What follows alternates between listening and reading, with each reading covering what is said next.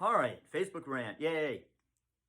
I did a really naughty version of this that had all kinds of it was laced with profanity. It was really fun, but trying to dial it back.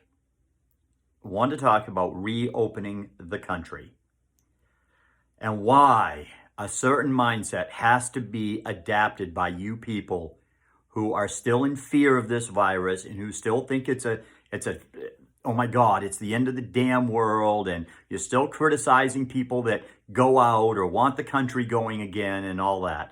Here's what you need to stop doing this. Stop comparing your situation to New York City.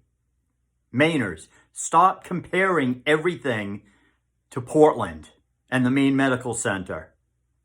The experience outside of there is totally different. New York City is not America.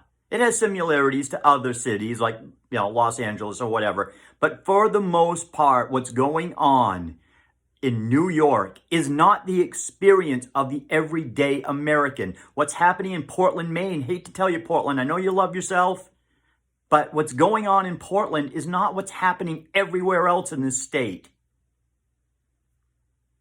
There's a reason for this. Coronavirus, the way that it affects other people and the way that you catch this and pass it amongst each other. Yes, face-to-face contact, two individuals have the same chance of getting this. But as a population, as groups of people, as numbers, when you're talking about a whole mass of individuals getting this virus, you have to look at more than just how easy it is to pass from somebody else. You have to look at the area that they're in to understand what the numbers are and your chance of getting this. The reason that New York City is such a hot spot compared to the rest of the world, it's a no-brainer. People are scratching their heads over it. Oh, it's going to happen here. It's happening in New York. No, until you take my town, for example, use Brunswick, Maine. Until Brunswick, Maine puts in a subway system in mass transit where people are huddled together in train cars and breathing in each other's faces all of the time, the chance is going to be less. Until Brunswick, Maine is open 24 hours a day like New York City, the city that never sleeps. It's called that for a reason. New York City, you can go and get a meal at a restaurant at midnight. Brunswick, Maine is shut down pretty much from 10 o'clock at night until 6 or 7 in the morning. New York City never sleeps.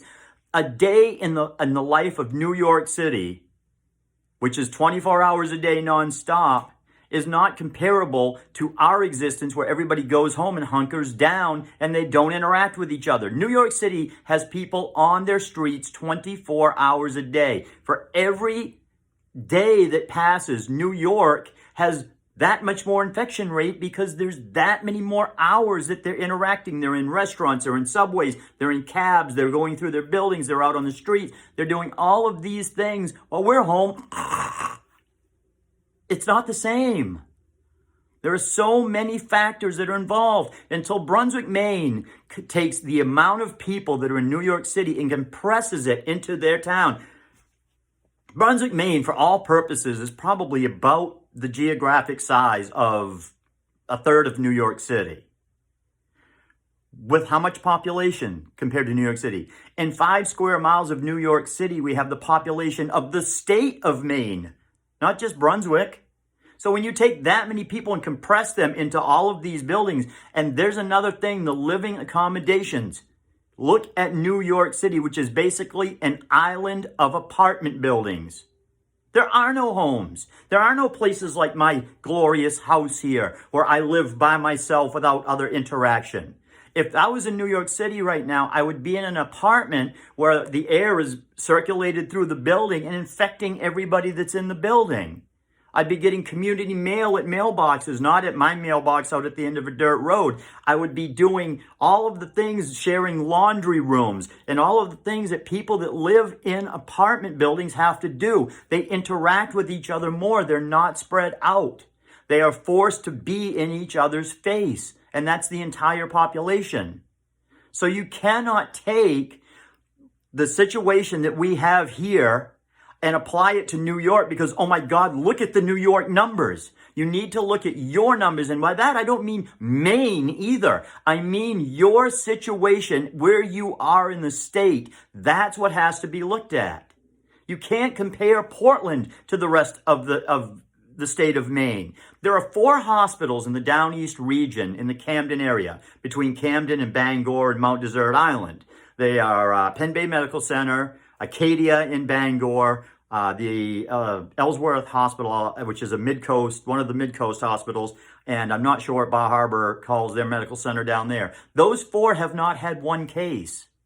One. They haven't had one. Those people down east, can you imagine living in Bar Harbor right now thinking we're doing all this shit, and there isn't a hospital within 50 miles that's even had a case of COVID? Not somebody on life support, not somebody on a ventilator, nobody that's been there.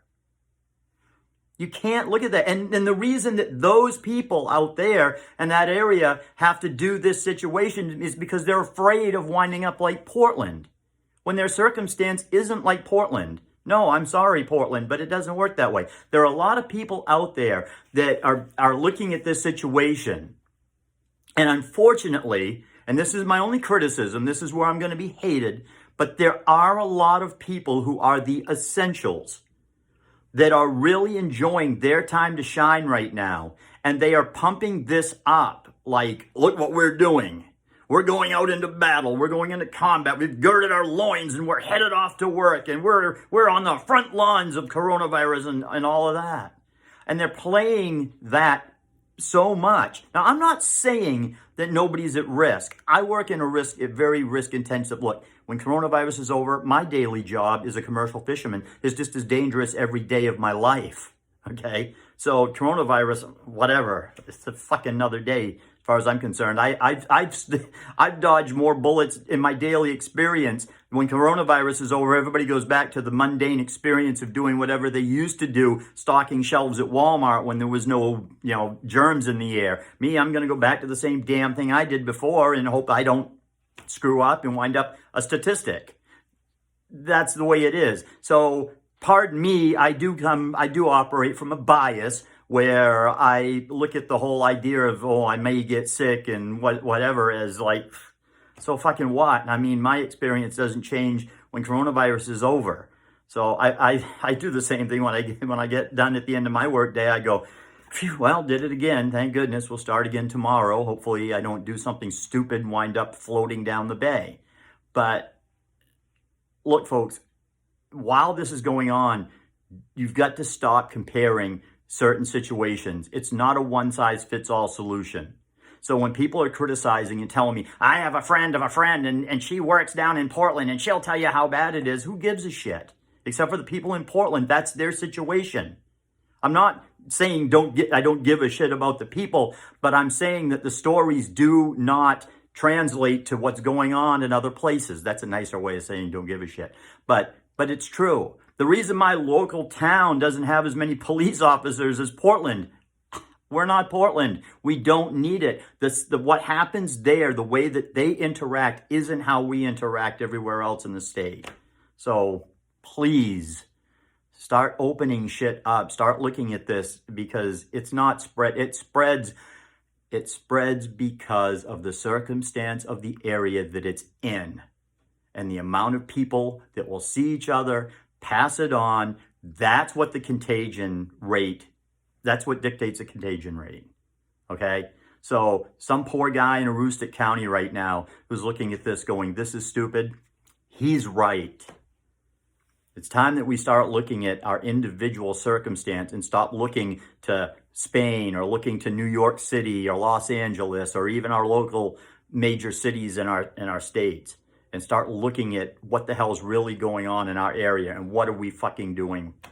It's dumb.